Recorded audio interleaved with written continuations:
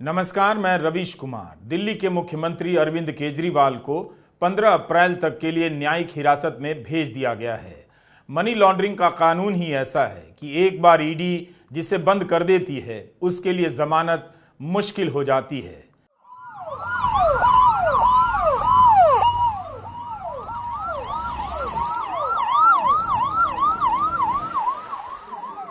दिल्ली के Connaught place से गुजर रही यह नीली बस बहुत आगे निकल जाने के लिए बेताब नजर आती है। ऐसा लगता है कि इसी नीली बस में दिल्ली के मुख्यमंत्री को तिहाड़ ले जाया जा रहा है। हूटर की आवाज किसी खतरे का ऐलान करती हुई जा रही है। खाली रास्ते बता रहे हैं कि जनता को होश नहीं आया है। धर्म के नशे में उसने अपने कानों में पत्थर ठूंस लिए हैं। हूटर को और जोर से चीखना होगा। एक सिटिंग मुख्यमंत्री को दुर्दांत अपराधी की तरह ले जाया जा रहा है। भारत का लोकतंत्र खाली होता हुआ ध्वनित हो रहा है। सड़क का यह खालीपन पुलिस सुरक्षा का बंदोबस्त नहीं है राजू, ये तुम्हारा लोकतंत्र है जिसके लिए लाखों लोगों ने जान दी। पिंटू मिले तो उसे बता देना। राउज एवेन्यू से तिहाड़ का यह लंबा रास्ता कितनी तेजी से सफर पूरा कर रहा है। देखते देखते 25 दिनों के लिए एक मुख्यमंत्री को जेल में डाल दिया गया। विपक्ष के लिए पुलिस के काफिले में तिहाड़ का ही सफर तय करना रह गया है। जेल में बंद विपक्ष के बिना 2024 के चुनावी लोकतंत्र में दो ही आवाजें सुनाई देंगी। सैकड़ों चैनलों पर गूंजती हुई प्रधानमंत्री नरेंद्र मोदी की आवाज और दूसरा केजरीवाल को जेल ले जाती पुलिसिया गाड़ी के हूटर की आवाज। सुन सकते हैं तो सुन लीजिए।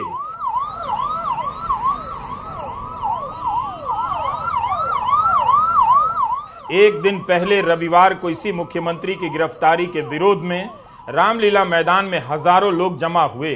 तमाम विपक्षी दलों के नेताओं ने गिरफ्तारी की निंदा की और इसे लोकतंत्र के गंभीर खतरे के रूप में बताया था।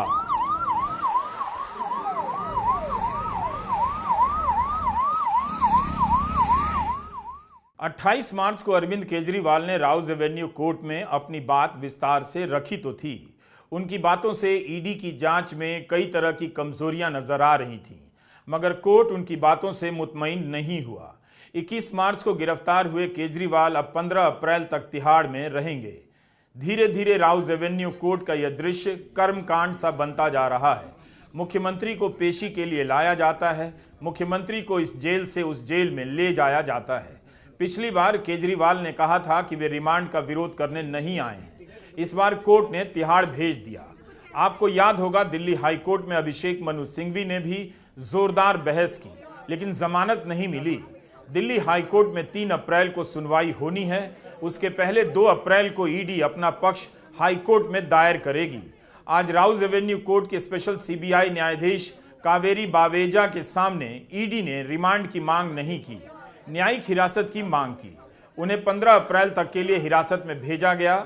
कोर्ट में ईडी ने कहा कि केजरीवाल अपने फोन का पासवर्ड नहीं दे रहे हैं, जांच में सहयोग नहीं कर रहे और पूछताछ को भटका रहे हैं। इस पर कोर्ट ने पूछा कि इन दलीलों को न्यायिक हिरासत के आवेदन से क्या लेना देना है। तब ईडी के वकील ने कहा कि आने वाले समय में इन्हें अपने हिरासत में रखने का अधिकार हमारे पास है। मंत्री जी जो ये कर रहे हैं ये देश के लिए अच्छा नहीं है। 15 अप्रैल तक जेल में रहने का मतलब है केजरीवाल अपनी पार्टी और इंडिया गठबंधन के लिए प्रचार नहीं कर पाएंगे। 19 अप्रैल को पहले चरण का मतदान होना है। पहला चरण बीत जाने तक वे हिरासत में ही रहेंगे। दिल्ली की 7 लोकसभा सीटों के लिए मतदान छठे चरण में होगा और 25 मई को होगा। पंजाब में 1 जून को मतदान होगा। आम आदमी पार्टी के सभी प्रमुख नेता जेल में हैं और दूसरी तरफ इसी शराब घोटाले में जेल गए और बाद में सरकारी गवाह बने राघव रेड्डी और उनके पिता श्रीनिवासुलु मांगुंटा रेड्डी आंध्र प्रदेश में जमकर चुनाव प्रचार कर रहे हैं। श्रीनिवासुलु मांगुंटा आंध्र प्रदेश के ओंगोल से चुनाव लड़ रहे हैं। इस समय में वे टीडीपी की टिकट पर चुनाव लड़ रहे हैं। पिछली बार वाईएसआर कांग्रेस के टिकट पर जीते थे। इसी 28 फरवरी को उन्होंने वाईएसआर कांग्रेस से इस्तीफा दिया और 16 मार्च को टीडीपी में शामिल हो गए। आप जानते हैं कि आंध्र प्रदेश में टीडीपी और बीजेपी का चुनावी गठबंधन है। रेड्डी के कई पोस्टरों पर चंद्रबाबू नायडू और प्रधानमंत्री नरेंद्र मोदी का फोटो लगा है। यही नहीं, राघव रेड्डी और श्रीनिवासलू रेड्डी को भी पोस्टर से लेकर चुनाव प्रचार में एक साथ देखा जा रहा है। इन पोस्टरों में प्रधानमंत्री नरेंद्र मोदी का भी चेहरा इस्तेमाल हुआ है। दिल्ली शराब घोटाले के सरकारी गवाह राघव रेड्डी अपने पिता के चुनाव प्रचार में काफी सक्रिय नजर आ रहे हैं। इंडियन एक्सप्रेस में लिखा है कि पिता चाहते थे कि बेटे राघव को टिकट मिल जाए, मगर नहीं मिला। यहां रेड्डी और चंद्राबाबू नायडू सभा को संबोधित कर रहे हैं। रेड्डी की यह तस्वीर गौर करने लायक है। इस तस्वीर में रमजान की शुभकामनाएं दे रहे हैं। यहां वे मुसलमानों के साथ भी नजर आ रहे हैं।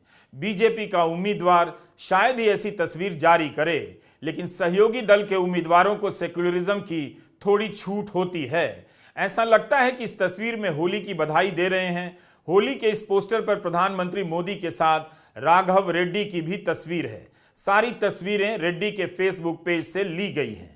एक ही कांड है, उसी कांड का एक आरोपी जेल जाता है, जेल से बेल पर बाहर आता है, सरकारी गवाह बनकर चुनाव प्रचार करने लग जाता है। मेरठ में बोलते समय लगता है प्रधानमंत्री मोदी को यह सब याद नहीं रहा होगा, या भरोसा रहा होगा कि मीडिया दिखाएगा ही नहीं कि राघव रेड्डी और उसके पिता श्रीनिवासलू रेड्डी चुनाव प्रचार कर रहे हैं, उन्हीं का फोटो लगाकर और उन्हीं की पार्टी के गठबंधन के साथ मैदान में उतरकर।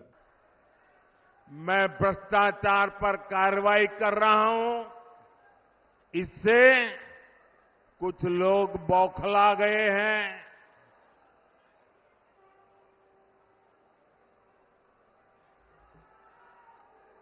वो अपना आपा खो बैठे हैं।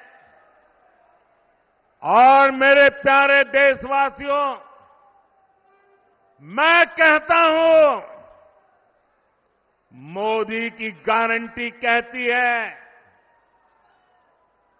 मोदी का मंत्र है, भ्रष्टाचार हटाओ। वो कहते हैं, भ्रष्टाचारी बचाओ। ये चुनाव इन दो खेमों की लड़ाई है। एक खेमा एनडीए का, जो भ्रष्टाचार हटाने के लिए मैदान में है। दूसरा वो खेमा जो भ्रष्टाचारियों को बचाने के लिए मैदान में है। फैसला आपको करना है। भ्रष्टाचार को लेकर दो खेमे तो वाकई नजर आते हैं, बस फर्क यह है कि आपको देखना है कि कौन खेमा किसकी तरफ है। जिन पर प्रधानमंत्री नरेंद्र मोदी ने खुद ही भ्रष्टाचार के आरोप लगाए, वही उनकी पार्टी में हैं, या फिर सहयोगी दल से चुनावी मैदान में।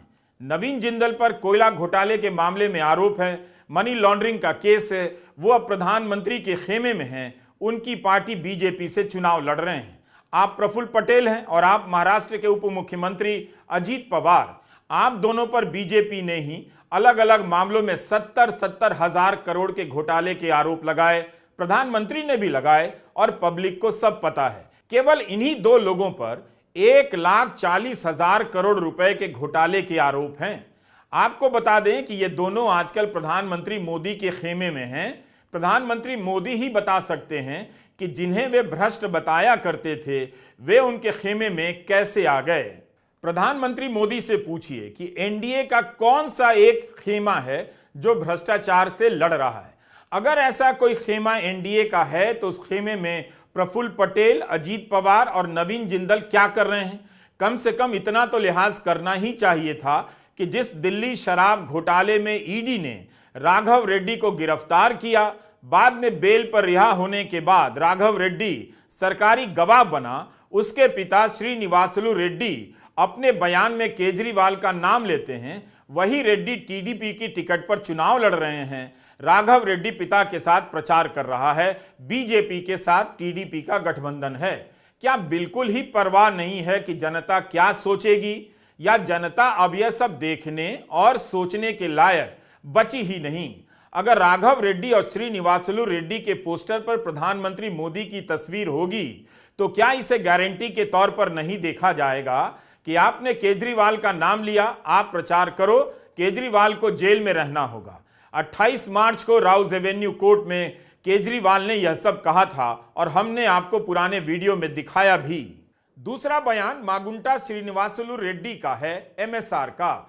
ये सांसद थे जगन रेड्डी की पार्टी से। एक दिन 16 मार्च 2021 को 4:30 बजे मेरे दफ्तर आते हैं। 10 दिन पहले उन्होंने पत्र भेजा था कि मैं सांसद हूं, मुख्यमंत्री से मिलना है। वो मेरे पास मिलने के लिए आते हैं। मैं जल्दी में था। वे आकर कहते हैं कि दिल्ली में फैमिली चैरिटेबल ट्रस्ट खोलना है। मैंने कहा जमीन हमारे अंडर नहीं आती है, एलजी साहब के अंडर आती है। आप मुझे चिट्ठी दे दीजिए, मैं एलजी साहब को फॉरवर्ड कर दूंगा बस। 16 सितंबर 2022 को उनके घर पर रेड होती है। उनसे पूछा जाता है कि क्या आप केजरीवाल से मिले? वो कहते हैं हां मैं मिला, मैं उनसे फैमिली ट्रस्ट के लिए जमीन मांगने गया था। यह 16 सितंबर 2022 को सेक्शन 17 में दर्ज हुआ बयान है। ईडी इससे खुश नहीं होती है। 5 महीने के बाद उनके बेटे को 10 फरवरी के दिन गिरफ्तार कर लिया जाता है। उसके बावजूद अपने स्टेटमेंट पर कायम रहते हैं। 5 महीना जब बेटा गिरफ्तार होता है, जेल में रहता है, तो बाप टूट जाता है। 16 जुलाई को अपना बयान बदल लेते हैं। 18 जुलाई को बेटा छोड़ दिया जाता है।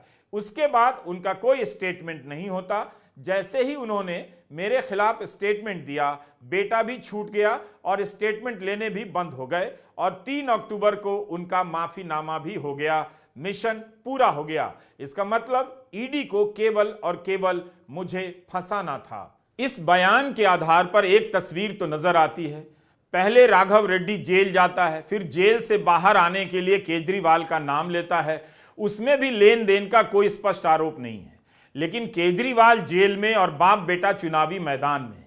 आंध्र प्रदेश का एक क्षेत्र है ओंगोल, यहां से श्रीनिवासुलु मांगुंटा रेड्डी टीडीपी की टिकट पर चुनाव लड़ रहे हैं। श्रीनिवासुलु रेड्डी और राघव रेड्डी को चुनाव प्रचार में देखकर क्या किसी के मन में सवाल ही नहीं उठेगा कि इनकी तो बहुत मौज है। इनके बयान पर एक मुख्यमंत्री को जेल में डाला गया है और ये आराम से चुनाव प्रचार किए जा रहे हैं। यही नहीं, दिल्ली से इतने सारे चैनल चलते हैं। क्या आपने उन चैनलों पर इन बाप बेटे के चुनाव प्रचार का कोई वीडियो देखा है? इनका कोई इंटरव्यू देखा है? ऐसा तो नहीं कि सरकारी गवाह बन जाने से ये दोनों बरी कर दिए गए हों। कितने पत्रकारों ने जाकर रेड्डी और उनके बेटे राघव रेड्डी से पूछा होगा कि आप सरकारी गवाह क्यों बने? केजरीवाल को गिरफ्तार करने के बाद क्या ईडी को जरूरत महसूस नहीं हो रही कि बाप बेटे को फिर से हिरासत में लेकर जांच की जाए, पूछताछ की जाए? हम कानूनी प्रक्रिया के जानकार बिल्कुल नहीं हैं, लेकिन सहज बुद्धि से सवाल कर रहे हैं। इनके बारे में अभिषेक मनु सिंघवी ने दिल्ली हाईकोर्ट में कहा कि एक आदमी के बयान पर मुख्यमंत्री को गिरफ्तार कर लिया जाता है। जुलाई 2023 में उनके पिता मगुंटा श्रीनिवासुलु रेड्डी ने बयान दिया जिसमें पहली बार केजरीवाल का नाम लिया। इसके बाद बेटे को बेल मिलती है। जैसे ही वह बयान देता है, ईडी उसकी गिरफ्तारी का विरोध नहीं करती है। फिर यह आदमी सरकारी गवाह बन जाता है। इन बयानों का मतलब क्या रह जाता है? प्रधानमंत्री नरेंद्र मोदी को बताना चाहिए कि शराब घोटाले में गिरफ्तार एक आरोपी जेल गया, बेल मिली, सरकारी गवाह बना, फिर आपके गठबंधन से चुनाव लड़ रहा है। क्या तब भी वे खुद को भ्रष्टाचार से लड़ने वाला मानते हैं? मैं अपने देश को भ्रष्टाचारियों से बचाने के लिए जो कदम उठाए जा रहे हैं उनके खिलाफ एक बहुत बड़ी लड़ाई लड़ रही हूं। और इसलिए बड़े बड़े भ्रष्टाचारी आज सलाखों के पीछे हैं।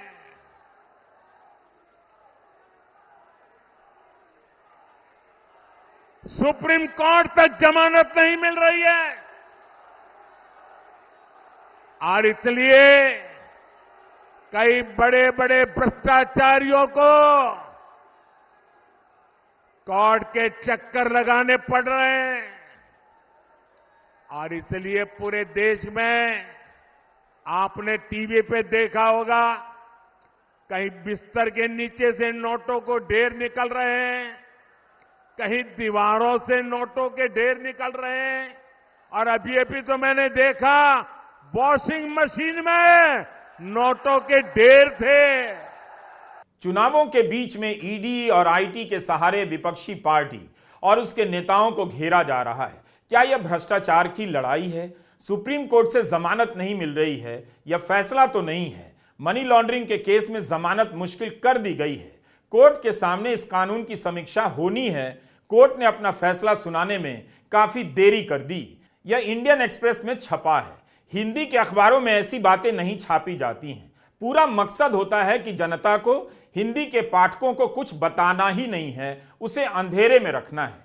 क्या हिंदी के अखबारों के पास संपादक और पत्रकार नहीं हैं कि इन 3 पूर्व मुख्य चुनाव आयुक्तों से बात करें, जो इंडियन एक्सप्रेस ने बात कर छापा है? इनका कहना है कि आयकर और ईडी का विपक्ष के विरुद्ध इस्तेमाल लेवल प्लेइंग फील्ड को बिगाड़ रहा है। यह बयान कांग्रेस को आयकर द्वारा दिए गए नोटिस और केजरीवाल की गिरफ्तारी के बाद आए हैं। उन्होंने कहा कि चुनाव आयोग को एजेंसी से मिलकर पूछना चाहिए कि ये नोटिस चुनाव खत्म होने तक क्यों नहीं रुक सकते हैं। पूर्व चुनाव आयुक्त SY कुरैशी ने कहा है कि चुनाव आयोग इस तरह की कार्रवाई पर रोक लगा सकता है। पूर्व मुख्य चुनाव आयुक्त कहते हैं कि इस तरह की कार्रवाई पर चुनाव आयोग रोक लगा सकता है। चुनाव आयोग से विपक्ष ने बाकायदा शिकायत की है, तब चुनाव आयोग कार्रवाई क्यों नहीं कर रहा है? इस भ्रम में मत रहिए कि भ्रष्टाचार से लड़ाई हो रही है। नोटबंदी के समय काले धन को सफेद किया गया। कितने लोगों के खिलाफ कार्रवाई हुई? जनवरी 2023 में नोटबंदी पर 5 जजों की बेंच ने फैसला दिया। इनमें से 4 जजों ने नोटबंदी के फैसले को वैध माना। केवल एक जज थी, justice BV Nagarathna. Justice Nagarathna ने अपनी असहमति दर्ज कराई। हमने तब जस्टिस नागरत्ना के जजमेंट के हिस्से को लेकर एक वीडियो विस्तार से बनाया था। नोटबंदी नोटिफिकेशन से नहीं होनी चाहिए थी, उनका कहना था। उनका यह कहना था कि संसद में पास कानून के जरिए नोटबंदी लागू होनी चाहिए थी। नोटिफिकेशन भी अवैध था। जस्टिस नागरत्ना ने यह भी लिखा कि भारतीय रिजर्व बैंक ने अपने विवेक का इस्तेमाल नहीं किया। हैदराबाद के नालसार में जस्टिस नागरत्ना ने एक सवाल उठाया कि नोटबंदी के पीछे तर्क दिया गया कि काला धन समाप्त हो जाएगा, मगर कैसे हो गया? उस समय 86% करेंसी 500 और 1000 के नोटों में थी। 98% करेंसी तो वापस आ गई। तो जो काला धन समाप्त करने का उद्देश्य था, उसका क्या हुआ? जस्टिस नागरत्ना रिटायर नहीं हुई हैं, अभी भी सुप्रीम कोर्ट में हैं। उन्होंने कहा है कि नोटबंदी ब्लैक को व्हाइट करने का अच्छा तरीका है। इससे बेहिसाब काला धन सिस्टम में घुस जाता है। उसके बाद आयकर विभाग की क्या कार्रवाई होती है हमें नहीं पता। आम आदमी की परेशानी ने मुझे झकझोर दिया, इसलिए मैंने असहमति दर्ज कराई थी। जस्टिस नागरत्ना ने जोर देकर कहा, जिस तरह से नोटबंदी हुई वह ठीक नहीं थी। Imagine a laborer who went to work those days, who was given a 500 rupee note or a 1000 rupee note at the end of the day. He had to go and get that note exchanged before he could go to the grocer shop to buy the daily essentials. And the other aspect is 98% of the demonetized currency came back to the Reserve Bank. So where were we heading towards what is called the black money eradication? I thought it was a way of converting black money into white money by this demonetization, because firstly 86% of the currency was demonetized and 98% of that currency became white money. नोटबंदी का यह राज ही रह गया। उस समय कितनों ने अपने पैसे को सफेद किया पता नहीं। राहुल गांधी लगातार नोटबंदी की याद आज भी अपनी रैलियों में दिलाते हैं, मगर क्या कभी यह देश जान पाएगा कि नोटबंदी के समय किसने खेल खेला, किसने कितना पैसा सफेद कर लिया? नोटबंदी की, GST लागू किया। मुझे बताइए, GST से, नोटबंदी से किस गरीब व्यक्ति को फायदा हुआ? किस छोटे दुकानदार को फायदा हुआ? किस किसान को फायदा हुआ? किस बेरोजगार युवा को फायदा हुआ? किसी को नहीं। प्रधानमंत्री नरेंद्र मोदी चुनावों में ईडी का बचाव करने लगे हैं। सभी को दिख रहा है। केवल विपक्ष के मुख्यमंत्री, मंत्री, सांसद, विधायक ईडी के गिरफ्त में आ रहे हैं। ईडी की टीम भाजपा के मुख्यमंत्री या मंत्री के दफ्तर या सांसद विधायक के दफ्तर तक नहीं जाती है। प्रधानमंत्री नरेंद्र मोदी ने तमिल चैनल थांती से कहा है कि ईडी के पास करीब 7000 केसेस हैं। उनमें से पॉलिटिशियन से जुड़े हुए केस मात्र 3% से भी कम है। 7000 मैटर्स, उसमें पॉलिटिशियन से जुड़े ओनली 3% से भी कम। आपको सुनकर लगेगा कुछ हो ही नहीं रहा है, विपक्ष के साथ जाती नहीं हो रही है। लेकिन क्या यह भ्रामक नहीं है? प्रधानमंत्री ने कह दिया ईडी के पास 7,000 केस हैं, उसमें से केवल 3% नेताओं के खिलाफ है। लेकिन क्या आपको पता है कि ईडी को लेकर कई मीडिया रिपोर्ट में यह जानकारी आई है कि ईडी ने नेताओं के खिलाफ जितने भी केस किए हैं उनमें से 95% विपक्ष के नेताओं के खिलाफ हैं। कोई अखबार आपको नहीं बताएगा, खासकर हिंदी के अखबार केवल बयान छाप देगा कि प्रधानमंत्री ने कहा है कि ईडी ने केवल 3% नेताओं के खिलाफ कार्रवाई की है, मगर यह नहीं बताएगा कि इनमें से 90 या 95% विपक्ष के हैं। भ्रष्टाचार की खबरें मीडिया से गायब कर दी जाती हैं। चुनावी चंदे के बॉन्ड पर कितनी रिपोर्टिंग हुई आप अच्छी तरह जानते हैं। हर समय विपक्ष को भ्रष्ट बताना, विपक्ष के नेताओं को जेल में डाल देना, सरकारें गिरा देना आम होता जा रहा है। कहीं से यह लड़ाई भ्रष्टाचार की नहीं लगती, विपक्ष को खत्म कर देने की है। अगर आपको लगता है कि बिना विपक्ष के लोकतंत्र हो सकता है तो आप बेवकूफ हैं। नमस्कार, मैं रवीश कुमार।